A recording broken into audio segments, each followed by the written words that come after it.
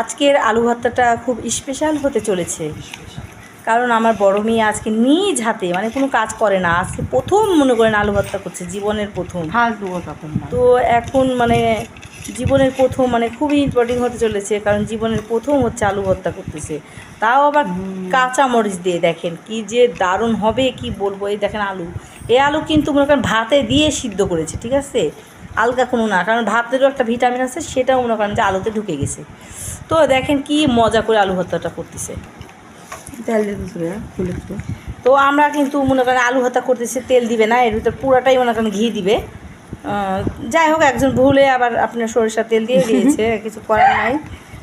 তো ঘি কিন্তু আছে, এই দেখেন ঘি, হ্যাঁ ঘি। তো ঘিটা মনে করেন ভাতের সাথে খাবে। এখন করেই ফেলেছে ভিতরে। তো দেখেন একদম মজাদার, যার যার খেতে মন যাবে সে মনে করেন এরকম করে আলু ভর্তা করে খাবেন।